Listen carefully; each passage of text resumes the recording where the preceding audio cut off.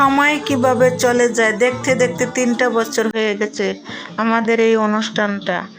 আর একটি কথা বললে না বললেই নয়, সময়ের কথা কেন বলা হয়েছে জানেন?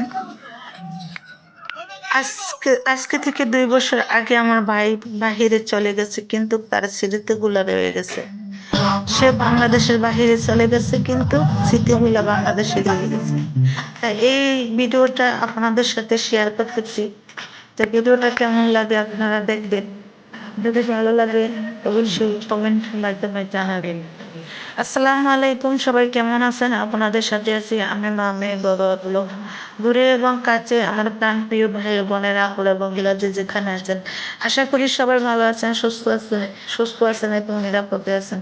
আপনাদের দোয়া এবং ভালোবাসা আলহামদুলিল্লাহ আমি আমার ফ্যামিলির সবাইকে নিয়ে ভালো আছি। তাই ভিডিওটা সবাই দেখতে থাকেন তার।